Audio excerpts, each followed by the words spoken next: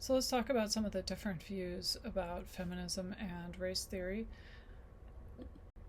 First of all, one of the key tenets of feminism is that women are subordinated. And so what does that mean? Well, Alison Stone says subordination is being treated as inferior or secondary to another group. And some people try to argue that that's not the case with women, but it's a little difficult to argue that when you look at some of the statistics. For example, women in the United States earn less money than men. On average, women's salaries are 84% of men's, and they occupy many fewer positions of power in business and politics. They also have been shown in studies to feel pressure to do more housework than men, even while they're working full time. So those are just a few examples, but there are a lot of other examples as well. So feminism is often defined as the view that women don't currently, but should receive equal treatment to men. But equality is not always the goal of all feminists. Some want something different. Some want to acknowledge that women are different from men, and that maybe we need to accept those differences and value those differences rather than try to eliminate or ignore them, which is a bit like what we saw in the last time about when it's a bit like, well, we'll get to some of the more specifics of that in a minute. So Simone de Beauvoir looked at subordination this way. She wrote that looking at someone is automatically turning them into an other. So if we're part of a group, or even if we're just by ourselves, we think of people as others, right? We think of ourselves as the main character and other people as secondary characters. So we always see other people as opposed to ourselves. Most of us do anyway. And groups such as societies, families, or even people just who have been thrown together for whatever situation, often define themselves as one and anyone not in the group as an other. But a lot of times the group that is othered in this case can just turn its gaze back onto the seer. So, for example, a chess club might consider math club as outsiders or others, but the math club can do the same to the chess club. So even oppressed ethnic and racial groups can sort of define themselves this way. Beauvoir says they can differentiate themselves from their oppressors. Beauvoir says, though, that women don't really do this. Rather than resisting the objectification, women tend to accept it, she says, and submit to oppression. So men are always the seers, the subjects, and women are the ones being seen, the objects. And you can see this in a lot of different ways. The way that women sort of project themselves as trying to be more attractive in a feminine sort of way, you could argue, is a way of acknowledging the fact that they are going to be seen. So society, Beauvoir says, defines women as the opposite of men, in opposition to men. Men never have to, she says, justify what they do as men or define what it means to be a man. Nobody much asks them to do that. And nobody asks them usually how they embody the ideal of being men. It's just assumed that they're men and that's normal. And then women, though, are not normal. They're different. So they're constantly called upon to justify themselves in reference to their gender. Are they doing it right? And it's kind of, she talks about this also as the idea that men are the sort of standard, and that women are judged against that. Men are the normal, women are the outsiders. And you can see this, people don't do this quite as much as they used to, but a lot of medical studies used to focus on men and then just assume that women were just sort of a slightly different version of them. Men are always the standard. You would see the way that people would use the word man to talk about humanity is another example of that. The idea that men are sort of the standard, the normal. So they're always held up as sort of the test case. So Beauvoir tries to answer this question then, why do women accept this submission? And she says it's partly because women are not connected to one another in the same way as other groups. Because other groups like for example, Jewish people share a common cultural identity. They might even share similar goals. They might have a similar background. She argues that women don't have this because they are part of other groups as well, such as they might have a particular ethnic group that they identify with, their economic class, and importantly, their families. And so these things are often more important to them than the fact that they are women. Their allegiances are not necessarily with the group of people that share their gender. Beauvoir also points out that women are dependent on men, and maybe this was more the case when she was writing in the 40s, 50s, and 60s, but it still tends to be the case nowadays too. Looking back at that earlier statistic about how women make less money than men gives you some idea of this. But she says that even if women did want to reduce their dependency on men, the task would be difficult because of their lower status in society, and women would have to give up the advantages of their dependence. For example, if they're married to someone who makes more money than them, then if they were to get divorced, they would have less money. And also having things sort of done for them and having this subservient status, Beauvoir says, can be sort of comfortable for women, because if you are the secondary person and you're not called upon to make decisions, then you don't have to decide anything. You just let things be decided for you. And Beauvoir thinks that this might be easy and it might seem natural, and it might seem like, why would you want to make decisions? Why would you want to be the leader?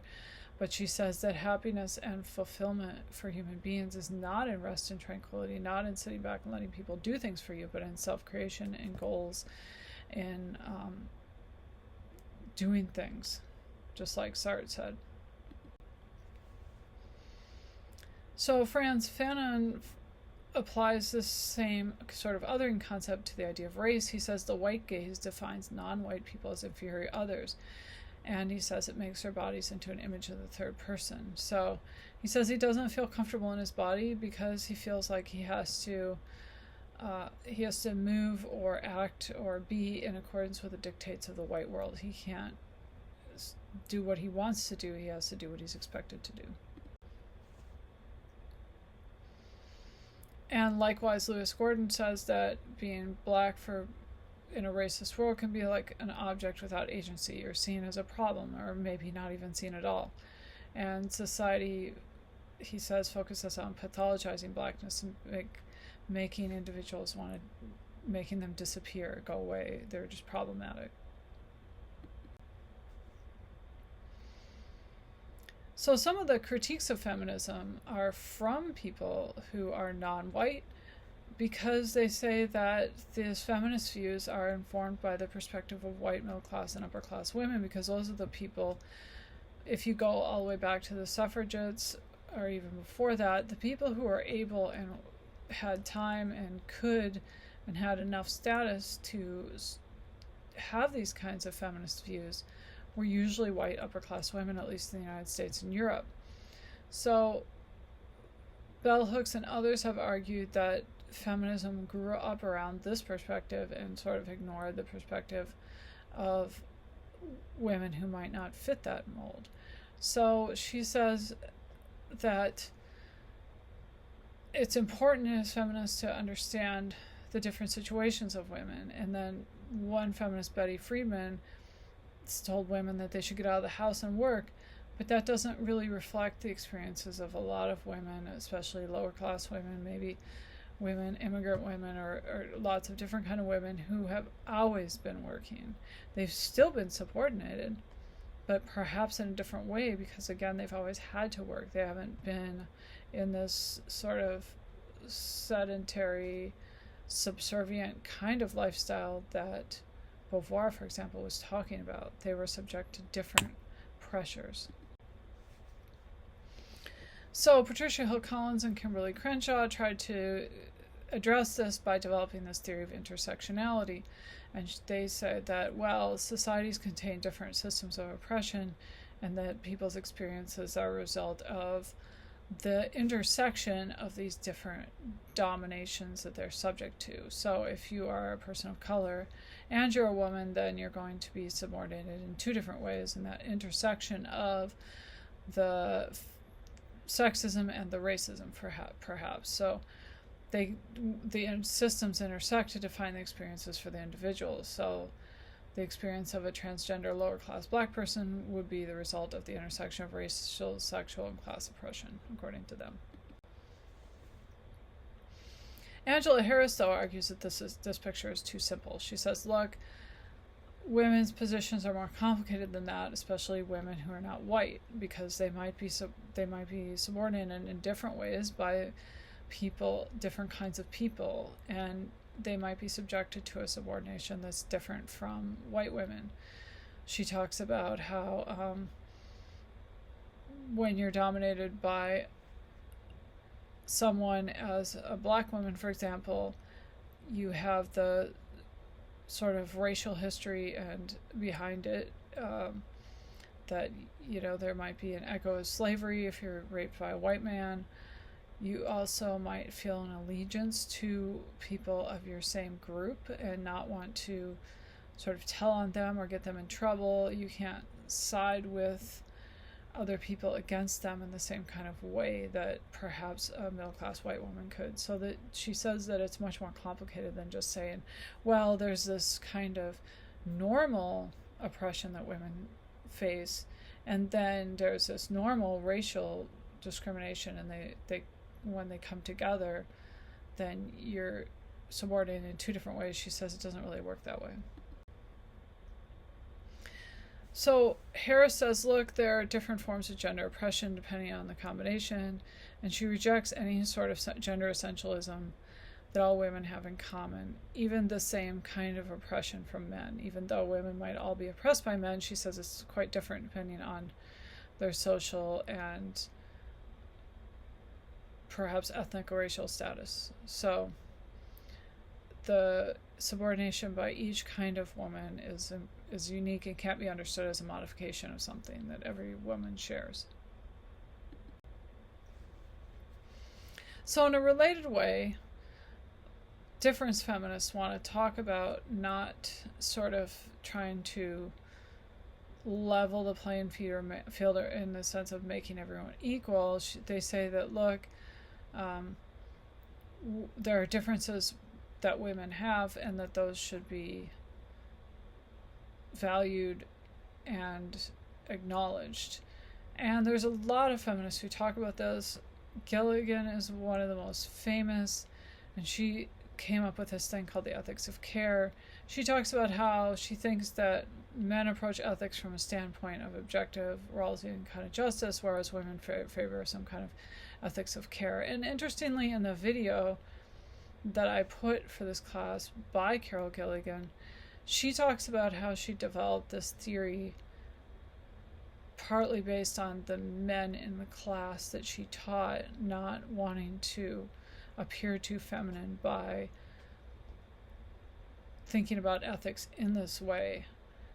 But then when the stuff she publishes really focuses on, makes it sound like only women think this way, so it's kind of interesting. But women prioritize social connections, and they consider moral dilemmas in terms of people's obligations and relationships. She says they don't look necessarily at an abstract idea of justice. So if you think back about Kohlberg's stages of moral development, which she talks about, we talked about that with her in that chapter.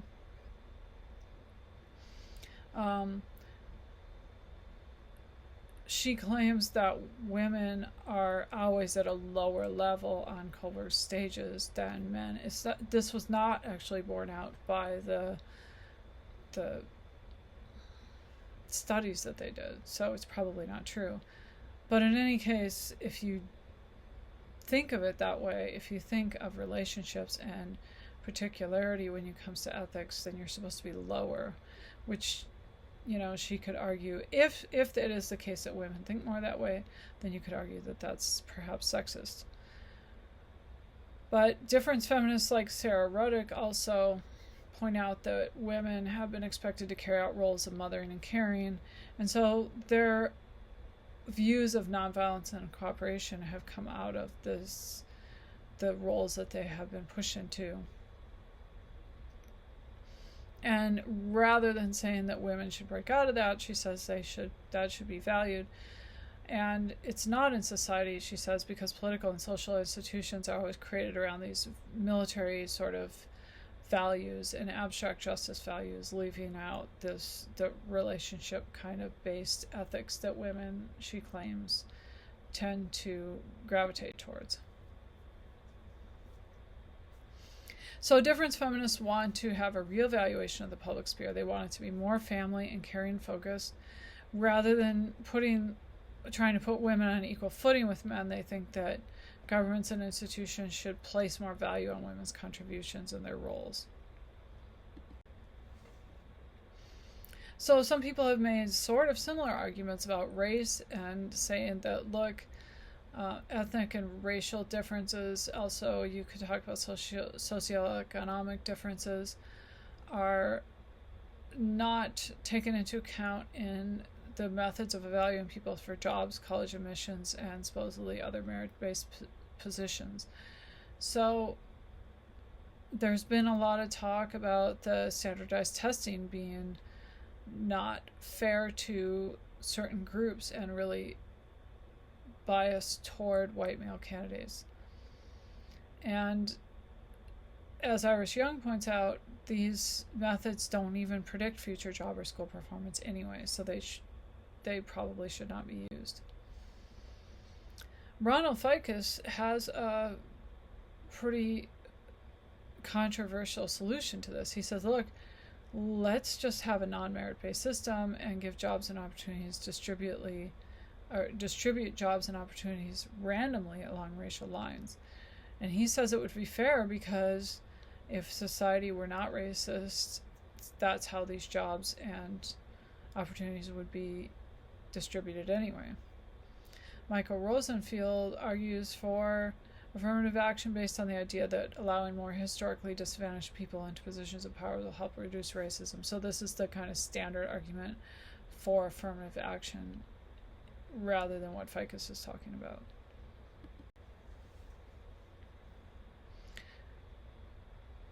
So in summary then, many philosophers advocate a more nuanced approach to reducing oppression in society than just saying, well, we should make everyone equal. So they want to eliminate discrimination and subordination, but they say that part of creating those opportunities involves understanding the unique life experiences of people with different culture, gender, and racial differences, and the understanding of how oppression causes these different experiences and how we can take those into account. So some philosophers have also argued that in politics especially, that marginalized groups should be represented. And this has come up in Louisiana with the idea of having districts that will be predominantly one group or another. So some of the arguments for this is that people trust politicians who share their life experiences. Politicians from different groups will meaningfully add to political debates, and politicians from marginalized groups can better represent their constituents' interests. But some people express reservations with this idea because they point out that, look, not all the members of oppressed groups have the same goals and experiences, and to put them all in one group and say that all these people want X is probably not right. And the emphasis on electing representatives from certain groups can overshadow the more important goal of actually giving people the right to vote and making sure that they can use it. So again, summing it up, that there's disagreement on implementation of any kind of program that might help people have more opportunities, but that maybe just searching for some kind of equality might not be the right way to do it, because again, like the criticisms of Rawls' justice that has sort of colorblind and socioeconomic blind justice is that you can't really do that. So instead, maybe making a more beneficial society for everyone includes recognizing and accounting for these differences that groups and individuals face, and really figuring out how to give them opportunities given their background, given the special challenges and just different life experiences that different people have.